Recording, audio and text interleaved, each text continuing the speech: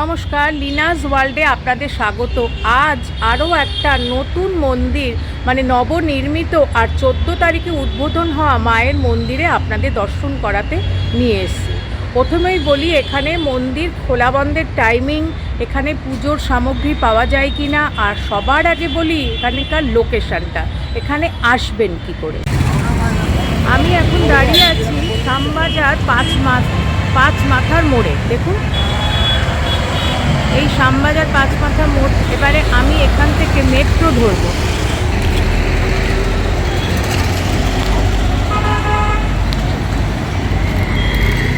এই হয়েছে gate number 1। এখান থেকে মেট্রো ধরে যাব হচ্ছে কালীঘাট। ওখানে যেয়ে আপনাদের সঙ্গে কথা বলব। আমি কালীঘাট মেট্রো দিয়ে না, যতীন দাস পার্কের মেট্রোর 3 নম্বর গেট দিয়ে বেরিয়ে এপারে চলে এলাম। আর এই যে রাস্তাটা দেখছেন, এই রাস্তাটা হচ্ছে ডক্টর রাধা কৃষ্ণ রোড। আর আমি যাব হচ্ছে কালীঘাট ব্রিজ। আর ওখানেই আছে আজকে নবনির্মিত আর 14 তারিখে উদ্বোধন হওয়া নতুন মা বগলামুখীর মন্দির। চলুন এই রাস্তা ধরেই আমাদেরকে যেতে হবে। সামনেই সরস্বতী পুজো 23 তারিখে। দেখুন এখানে কত মা সরস্বতীর প্রতিমা রয়েছে। চলুন এই রাস্তা ধরে সোজা এগোতে হবে। আর এই সামনেই দেখতে পাচ্ছেন কালীঘাট ব্রিজ। আমি ব্রিজের ওখান থেকে যাব, চলুন আপনাদের দেখিয়ে দিচ্ছি। মেট্রো স্টেশন থেকে আমার এখানে মিনিট 6-7 লাগলো। এই কালীঘাট ব্রিজের নিচ থেকে যাবেন।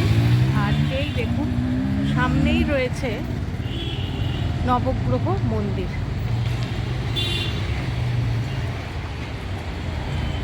এখন বন্ধ আছে, আপনাদের পরে দেখিয়ে দেব। আর এর পাশ থেকেই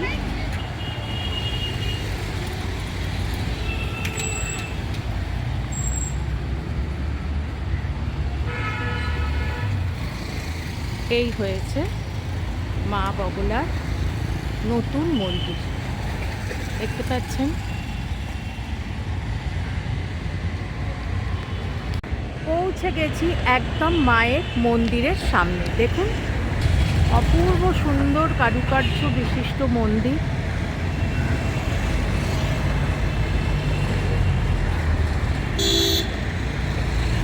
চলুন এবার ভেতরে প্রবেশ করি।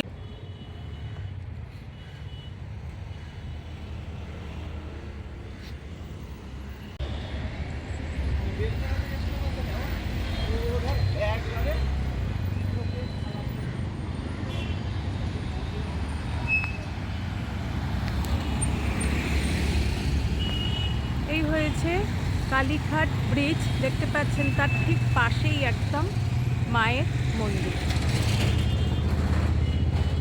আর এদিকে রয়েছে সিঁড়ি, দুদিক দিয়েই যাওয়া যায়, কিন্তু এখানে সিঁড়ির ব্যবস্থা নেই, এমনি আর কি ব্লক করা আছে। নিচে হচ্ছে অফিস ঘর।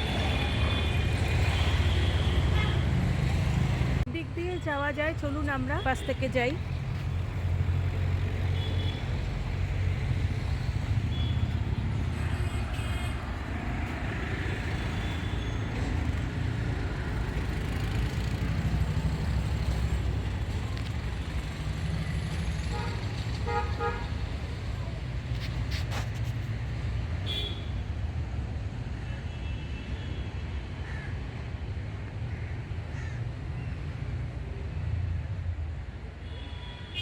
পৌঁছে গেছে একদম মায়ের গর্ভগৃহের সামনে। মন্দির খোলা হবে বিকেল 5টায়। আর এই যে দেখুন দরজায় যে দশম মহাবিদ্যার 10 দেবী আছে, তাদের সুন্দরভাবে তাদের বিগ্রহ খোদাই করা আছে এই কাঠের কারুকার্য দিয়ে, দেখতে পাচ্ছেন। আর তার ওপরে রয়েছে মায়ের প্রণাম মন্ত্র অপূর্ব সুন্দরভাবে। আর এই দেয়ালে দেখুন পাথর কেটে কেটে অপূর্ব সুন্দর কারুকার্য করা হয়েছে, ভীষণ সুন্দর লাগছে। দশম মহাবিদ্যার অষ্টম মহাবিদ্যা হলো মা বগলা। পৌরাণিক কাহিনী থেকে জানা যায় যে রূঢ় নামক দৈত্যের পুত্র হলো দুর্গম। তিনি দেবতাদের থেকেও শক্তিশালী হবার জন্য কঠোর তপস্যা করতে আরম্ভ করে দেন। অবশেষে তার তপস্যায় সন্তুষ্ট হয়ে ব্রহ্মা তাকে বর দিলেন। কিন্তু এই বরদানে সংকটে পড়ে দেবতারাই। প্রথমেই স্বর্গ দখল করে দেবতাদের বিতাড়িত করল। দেবতারা তখন দেবী ভগবতীর আরাধনা করতে আরম্ভ করে, আর তখন দেবী আগমন করেন ও যুদ্ধে অবতীর্ণ হন। আর সেই যুদ্ধে দেবীর দেহ হতে কালী, তারা, ভৈরবী, রম্ভা, মাতঙ্গিনী, বগলা, কামাখ্যা, জামহিনী, মোহিনী, ছিন্নমস্তা ও গচ্ছকালী প্রভৃতি মহাশক্তির উদয় হয়ে যুদ্ধ করেন ও অভূত শক্তি পরাজিত হয় দেবীর সামনে। তন্ত্র অনুযায়ী মা বগলামুখীকে বলা হয় তাকদীর অধিষ্ঠাত্রী দেবী। কেবল শত্রুর নাশ নয়, মনের ভয়, দ্বিধা, হীনতা সব কিছুই স্তব্ধ করে দিতে পারেন মা। উত্তর ভারতীয়রা মাকে পীতাম্বরী বা ব্রহ্ম অস্ত্ররূপিণী বলে থাকেন। মায়ের গর্ভগৃহের দরজা ভক্তদের জন্য খুলে দেওয়া হয়েছে। দেখুন, গর্ভগৃহে বিরাজ করছেন উঁচু পাথরের বেদিতে স্থাপিত হলুদ বর্ণের বেনারসি পরিহিতা, নানাবিধ অলঙ্কারে বিভূষিতা মা বগলামুখী। মায়ের ডান হাতে মুগুর আর বাঁ হাতে শত্রুর জিহ্বা টেনে ধরে আছে, দেখতে পাচ্ছেন। আর মায়ের সামনে রয়েছে একটা ছোট্ট শিবলিঙ্গ, তার পাশে রয়েছে গণপতি বাপ্পার একটা লাল রঙের গণপতি বাপ্পা, তার পাশে রয়েছে মায়ের আয়না, আর এপাশে রয়েছে নারায়ণ শিলা।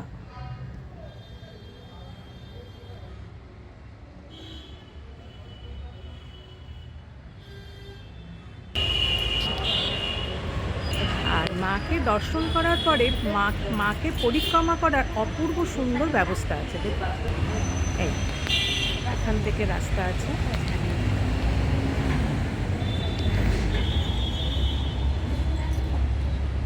এখান থেকে রাস্তা আছে মাকে পরিক্রমা করার। অপূর্ব সুন্দর ঝাঁ চকচকে রাস্তা, পরিষ্কার পরিচ্ছন্ন। দেখুন, এই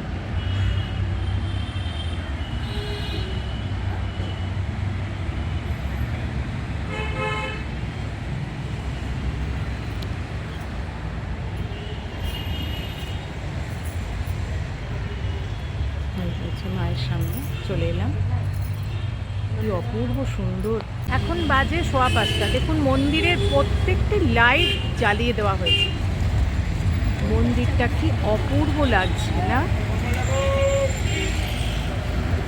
অপূর্ব সুন্দর লাগছে।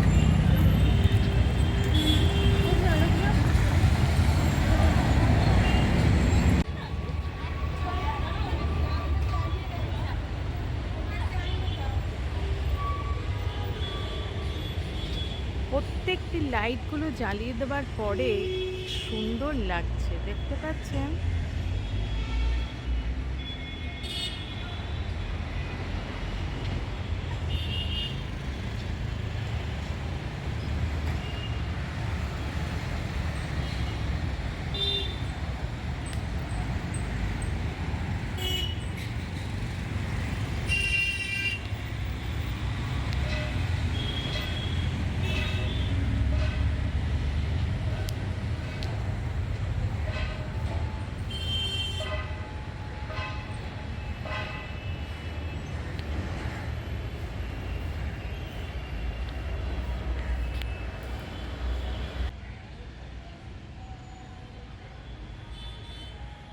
মন্দিরের ডান দিকের দেওয়ালে রয়েছে শ্রীরাম, শ্রী লক্ষ্মণ আর মা সীতা আর বজরংবলীর অপূর্ব সুন্দর বিগ্রহ।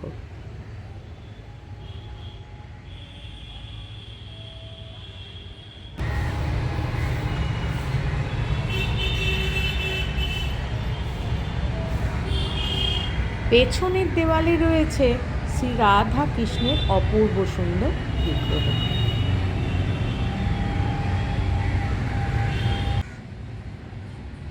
মন্দিরের বাঁ দিকের দেওয়ালে রয়েছে মহাদেব মাতা পার্বতী, আর তাদের কোলে রয়েছে গণপতি বাপ্পা আর কার্তিক।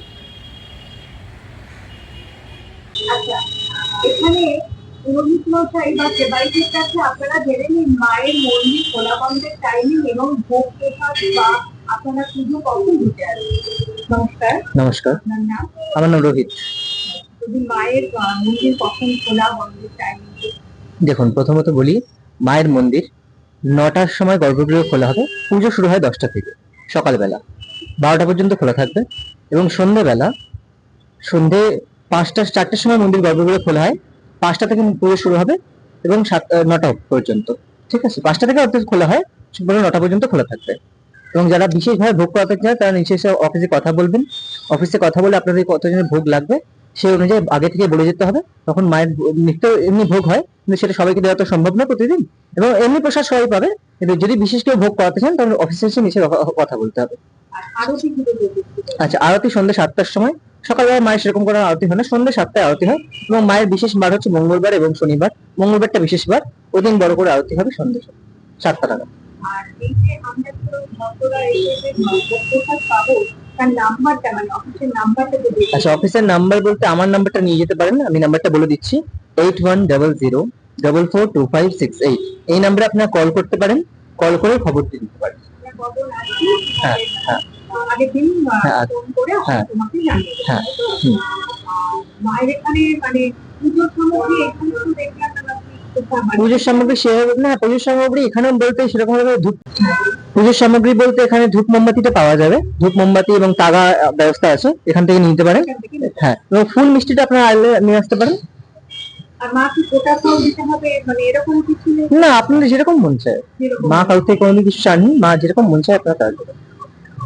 আর মায়ের বিগ্রহ একদম তো নতুন, যদি একটু বলেন যে মায়ের বিগ্রহ কখন? মায়ের বিগ্রহটা টোটালটাই পাথরে, এবং এই পাথরের থেকে আর কোনো ভালো পাথর নেই। এই পাথরটা সব থেকে বেস্ট। এই পাথর দিয়ে মাকে তৈরি, রাজস্থান, হ্যাঁ, ওই পাথর দিয়েই করে। এবং মন্দিরের আদলটা দক্ষিণ ভারতের আদলে করা হয়েছে। দক্ষিণ ভারতে যে ধরনের মন্দির আমরা দেখে আসি সেই মন্দিরের আদলে করা হয়েছে, লাইটিং থেকে শুরু করে মন্দিরের স্ট্রাকচার থেকে শুরু করে। এবং মন্দিরে আপনার গর্ভগৃহের যে দরজা সেখানে দেখতে পাবেন দশমহাবিদ্যার কাজ রয়েছে। এবং মন্দিরের বাইরে বহু ঠাকুরের রাম সীতা থেকে শুরু করে এবং দশমহাবিদ্যার বহু কাজ করা রয়েছে। মায়ের সন্ধে আরতির প্রস্তুতি নেওয়া হচ্ছে।